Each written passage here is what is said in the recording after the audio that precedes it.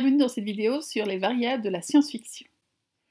Alors, n'importe quel auteur, n'importe quel scénariste va utiliser une série de variables pour permettre à son texte d'avoir une couleur particulière. Les deux premières variables sont inhérentes à n'importe quel type de texte. Il s'agit du cadre spatio-temporel. Il faut que l'histoire se passe dans un lieu, un endroit, le cadre spatial, et à un certain moment, donc le cadre temporel.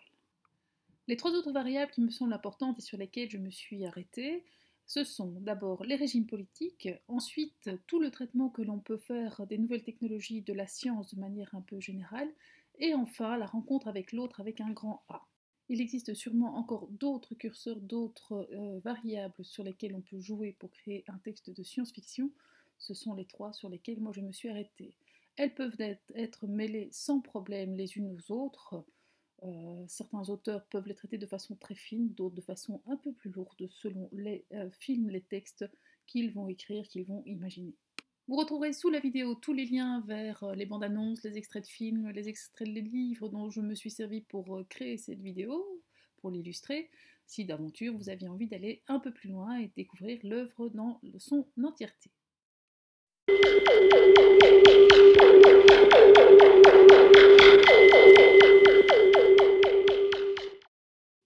Commençons par nous pencher sur le cadre temporel. Alors, on a l'habitude de dire qu'un texte de science-fiction se passe demain, dans le futur, de manière un peu générale. Eh bien, nous allons nous rendre compte, grâce aux différents documents que je vais vous présenter, que ce n'est pas toujours. Ainsi, dans le film de 1985 de Robert Zemeckis, Retour vers le futur, Marty McFly se retrouve en 1955 et non plus en 1985, soit un saut dans le passé de 30 ans. Et pourtant, ce film est un film de science-fiction. Dans la série L'Attaque des Titans, tirée du manga du même nom, nous nous situons en 845. En l'an 845. Alors, de quelle époque, nous n'en avons pas la moindre idée, nous avons juste cette date de 845, et pourtant, cette série a toute une série de caractéristiques qui peuvent la rattacher au genre de la science-fiction. L'extrait suivant, tiré du film Dune de David Lynch, film inspiré par le roman de Frank Herbert, présente une princesse qui nous dit que toute l'histoire se situe en l'an 10191. Nous sommes donc bien dans le futur, comme attendu dans un récit de science-fiction. Sachez donc que l'on est en l'an 10191. Le temps ne semble donc pas être une variable qui à elle seule permet de caractériser une œuvre de science-fiction. D'autres variables, d'autres curseurs doivent être modifiés pour pouvoir créer une œuvre de ce type.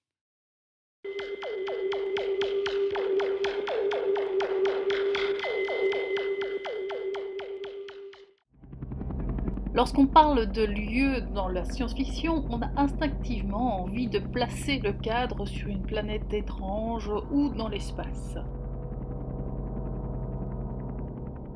Pourtant, de nombreux films de science-fiction se déroulent sur notre planète.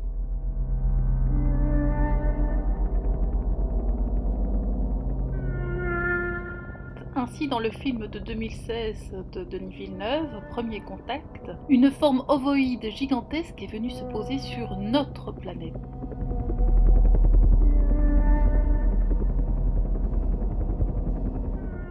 Dans un long plan séquence, le réalisateur montre le contraste entre ce vaisseau spatial gigantesque et les plaines verdoyantes et montagneuses que nous connaissons sur notre Terre.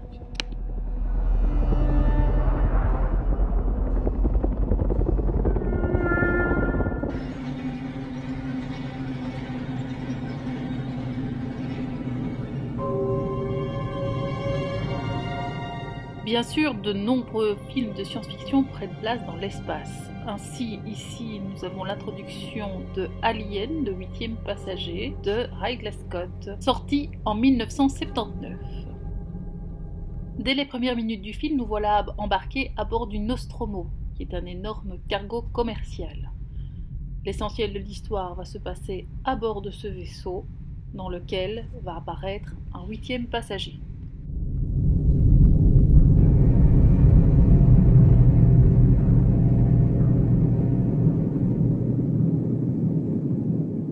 La bande-annonce du film joue d'ailleurs avec l'idée de ce lieu particulier qu'est l'espace intergalactique, puisque l'une des phrases que l'on trouve dans cette bande-annonce est « Dans l'espace, personne ne peut vous entendre crier ».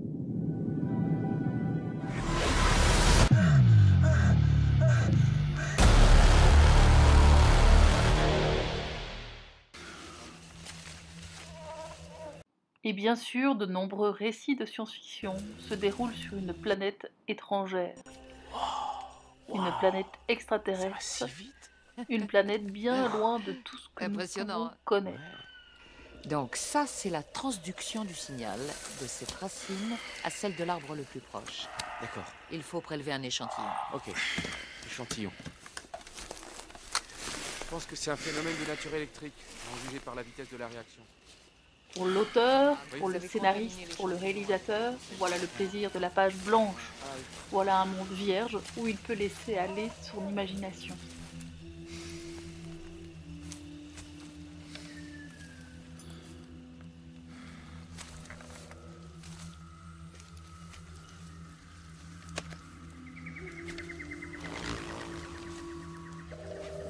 En voici un exemple avec l'extrait d'Avatar, film de 2009 tourné et réalisé par James Cameron. L'action se déroule en 2154 sur Pandora, une des lunes de Polyphème, une planète géante gazeuse en orbite autour d'Alpha Centauri A, le système stellaire le plus proche de la Terre.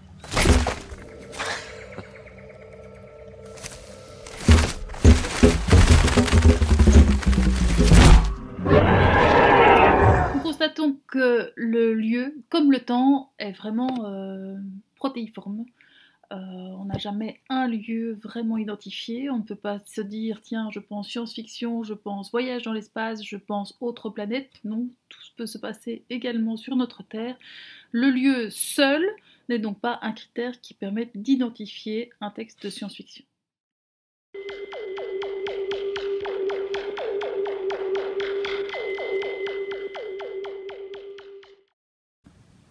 La rencontre avec l'autre peut être un autre critère qui permet d'identifier le genre de la science-fiction. L'autre avec un A majuscule, ça peut être un extraterrestre, donc l'habitant d'une planète hors Terre. Cela peut être un robot, cela peut être une entité inconnue, cela peut être un autre soi, comme un clone par exemple. Donc il existe une multitude de rencontres avec des autres. Dans Prometheus, film produit et réalisé par Ridley Scott en 2012, les êtres humains rencontrent sur une lointaine planète ceux qu'ils pensent être leurs créateurs.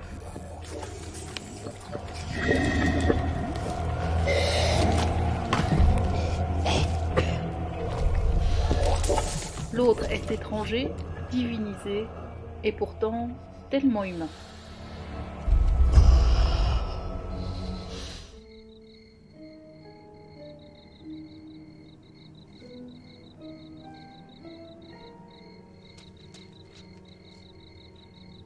En 1982, Spielberg, lorsqu'il fait se rencontrer Elliot et E.T., va émouvoir des générations d'enfants et va vraiment marquer de sa patte l'univers de la science-fiction. Cette fois, l'autre est vraiment extraterrestre.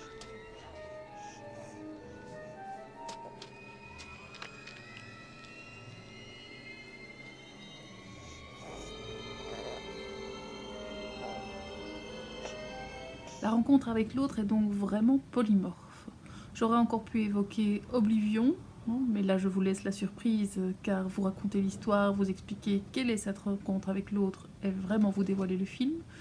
J'aurais pu aussi vous évoquer iRobot avec Will Smith. Ce film est basé sur toute l'œuvre d'Isaac Asimov. Cet auteur entretient une relation privilégiée finalement avec le personnage du robot et se penche sur les particularités de ces robots.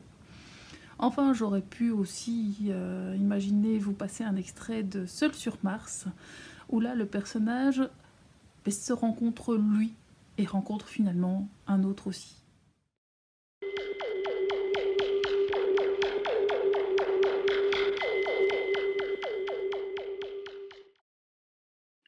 Point central, dont le nom connaît 1000 formes différentes au milieu du cosmos. immense construction artificielle où se multiplient sans cesse les ports d'attache, organisme mosaïque où se résume l'inouïe diversité de l'univers.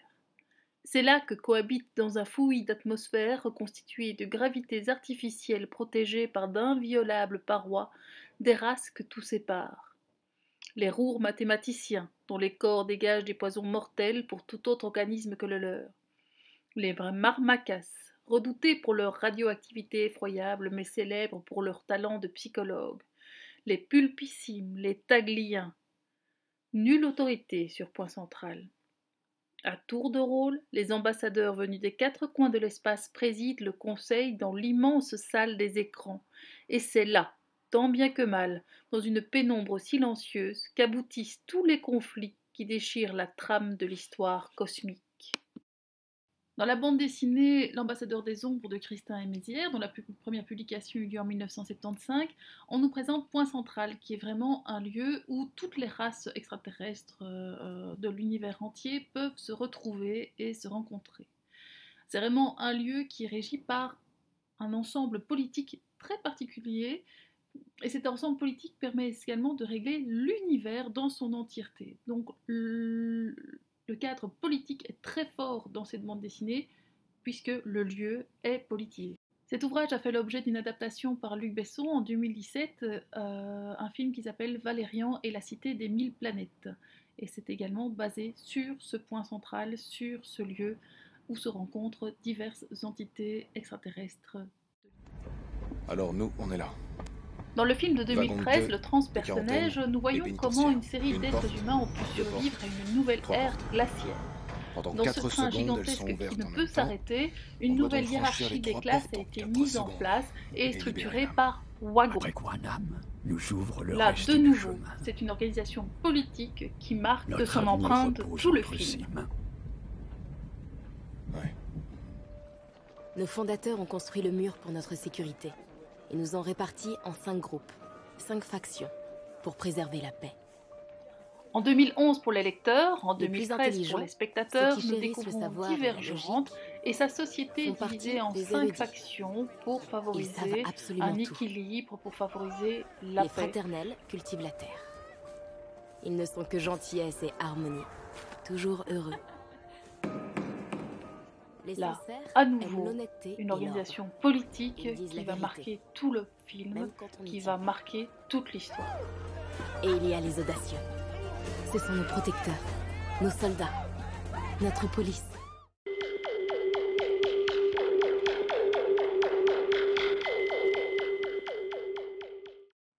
Pour vous parler du développement des technologies et de la science, j'ai choisi 2 débuts de films. C'est vraiment le tout début, les premières minutes de chacun des 2 films. Le premier, c'est The Cloverfield Paradox. C'est un film sorti en 2018 qui fait partie de la franchise Cloverfield.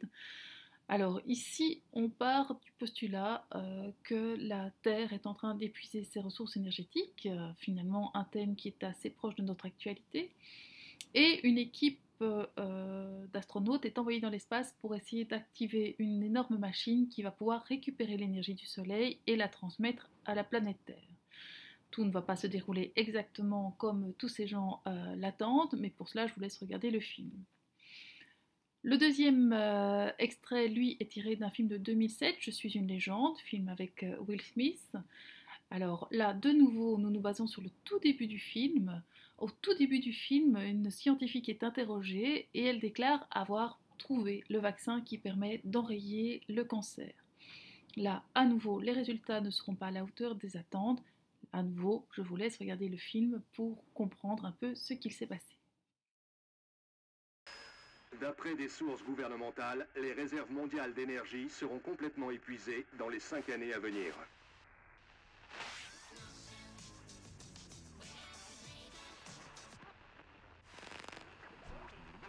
La station spatiale a été achevée aujourd'hui. Elle a été conçue pour une mission expérimentale à haut risque. À bord du laboratoire en orbite, il y a l'accélérateur de particules Shepard. Si les astronautes peuvent faire fonctionner le Shepard, celui-ci produira de l'énergie gratuite, résolvant ainsi définitivement la crise énergétique de la Terre.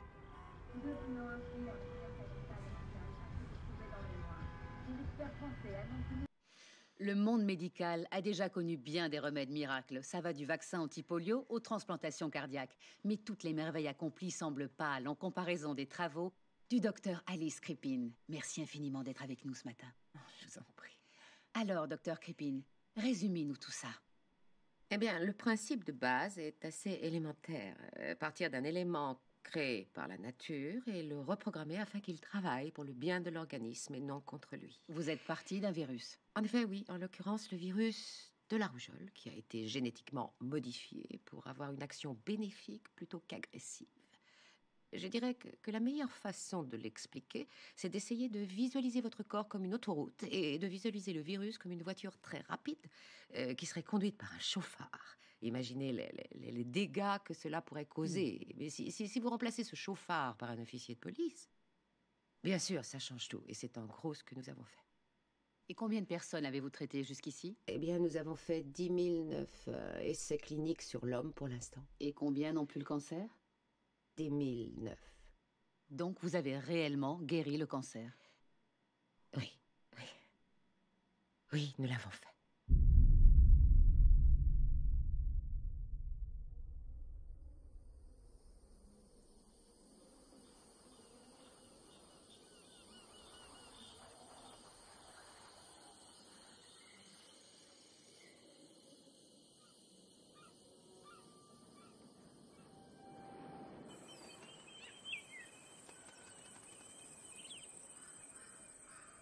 Évidemment, les technologies, la science sont présentes dans tous les films de science-fiction, sinon pas de sabre laser, pas de vaisseau intergalactique, pas de voyage dans l'espace-temps, pas de retour vers le futur, pas de machine à voyager dans le temps, pas de robots, pas de clones, aucune de ces technologies ne peut être développée. L'idée est vraiment d'utiliser les sciences, alors des sciences que l'on invente, dont postule la future existence, ou développer des théories scientifiques que nous connaissons déjà aujourd'hui et les pousser finalement dans leur dernier recoin et voir ce que cela peut donner. Nous constatons donc que pour réaliser un texte, un film de science-fiction, il faut manipuler plusieurs variables. Se contenter du temps n'est pas suffisant, se contenter du lieu n'est pas suffisant non plus. Il faut donc jouer avec d'autres paramètres que peuvent être la rencontre avec l'autre, les nouvelles technologies ou les régimes politiques. Je vais vous laisser avec mon analyse de l'introduction complète du film Dune, car dans cette introduction, la princesse en train de parler utilise quasiment toutes les variables que je vous ai présentées dans cette vidéo.